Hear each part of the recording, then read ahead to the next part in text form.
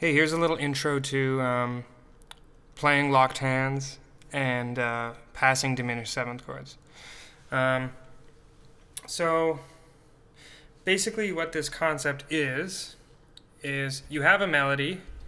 Whatever the melody note is, you voice a closed four-note voicing underneath that melody note. And that closed four-note voicing will be determined by what the chord of the moment is. So for instance, if our chord of the moment is a C chord, right, like a C6 chord, for example, and our melody note is a C, then we would voice it this way. Now let's say our melody was just C, D, E. Then under the C and then under the E, those would be our two voicings. So a C6 chord, a voice there, and then a C6 chord, voiced under that E. So this is a very specific way of thinking about locked hands and thinking about block chords.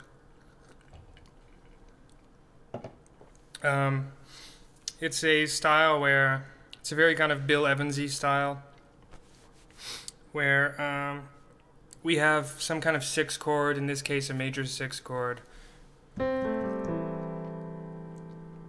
and then we move it around, and if we have a note that is not in the sixth chord, so for example a D, then we call that note a non-chord tone, and we voice a diminished seven chord under that. So this becomes this. Right? So the entire C major scale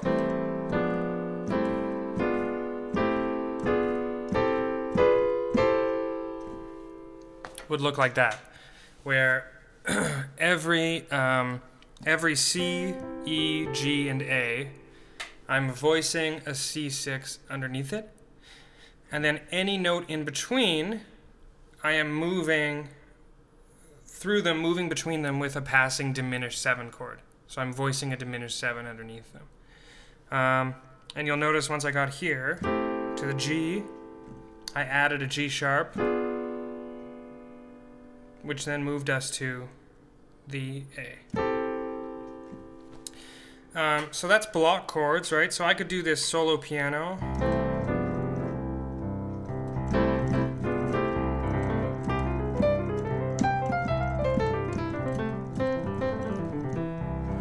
Right, so I can do that solo piano and have my root happening or whatever, right?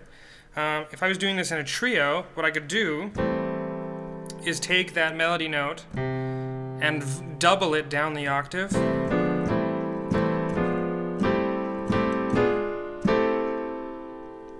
And that's what locked hands is.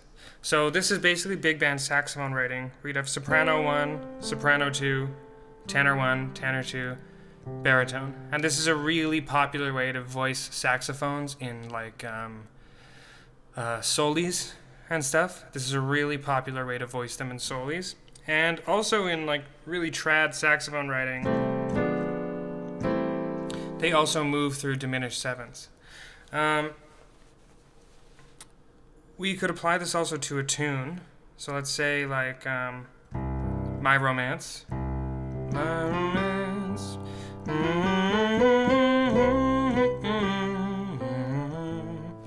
If that's how it goes. I don't actually remember the chords. I remember it's a one chord.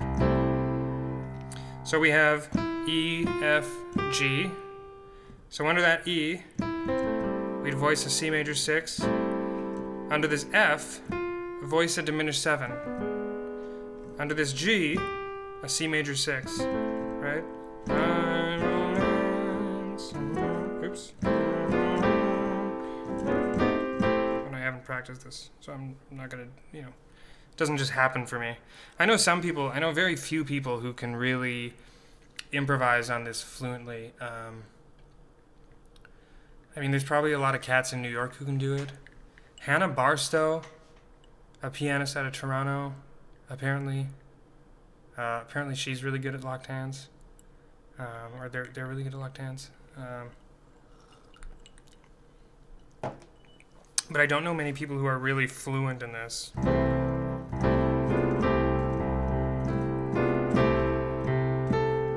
Yeah.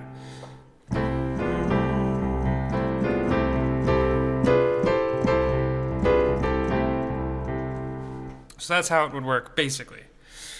I could take this a step further, and if I wanted to, I could even take things that are chord tones and turn them also into passing diminished sevenths. So here I have C6 in the right hand, and I have a root playing in the left hand.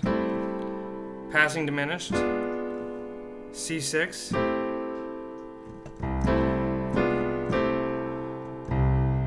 And then here, on this A, I could do a C6, right? Or I could say, well, I already did a C6 here. Maybe I'll do like a double, an A diminished 7, a B diminished 7, and then another C6. So it ended up sounding like...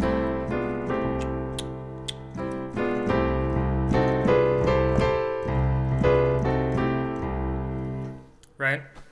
And then in locked hands, this would sound like, if I can even do it.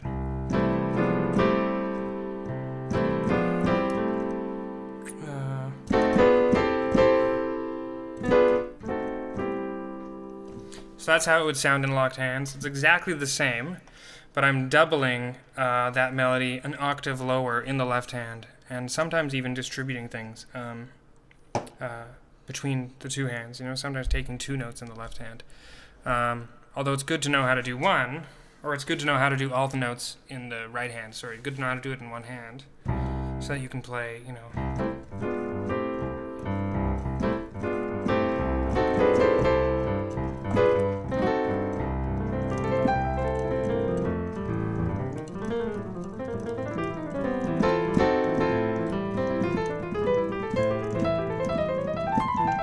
This is also a great way to add some variation if you're comping.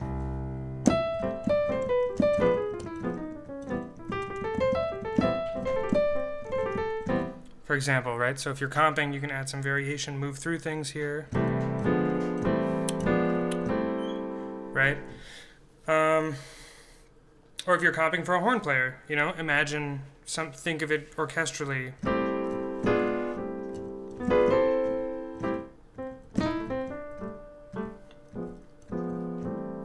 Also shapes you can use while soloing. So if I'm soloing, let's say I'm doing...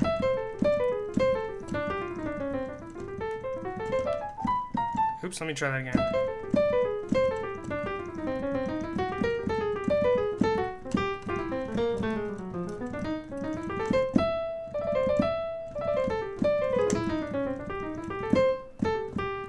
Right?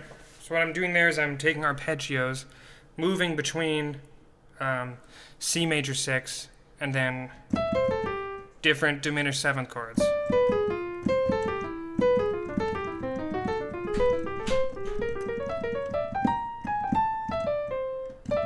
Right?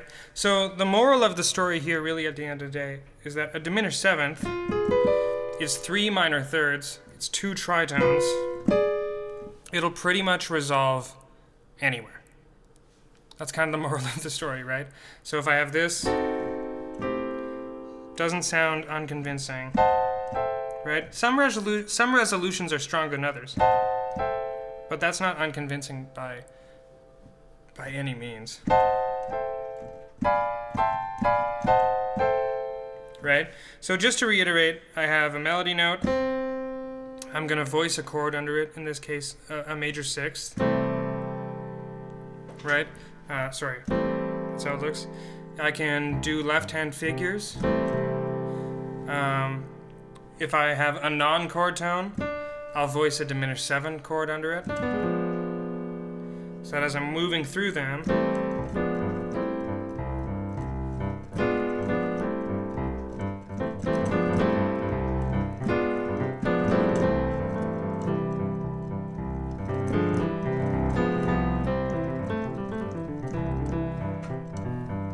or I could double that melody note down an octave.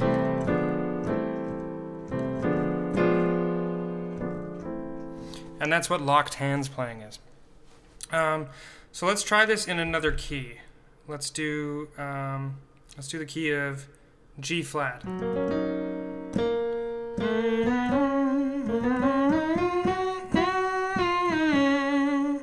So we have a B flat, voice something there. We have a B. That note is not in a G flat 6 chord, so we're going to voice a diminished 7 under it. Another G flat 6 chord, although it looks like an E flat minor 7. Right, there we go.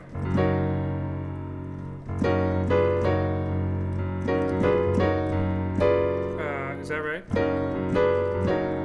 There we go. So there's an E flat, that's in our G flat 6. Could also do some kind of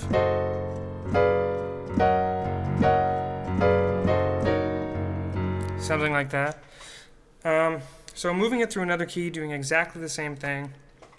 So you could do this on scale tones, right?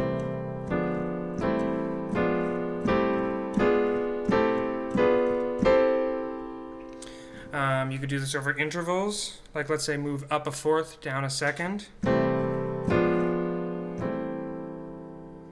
What else would that look like?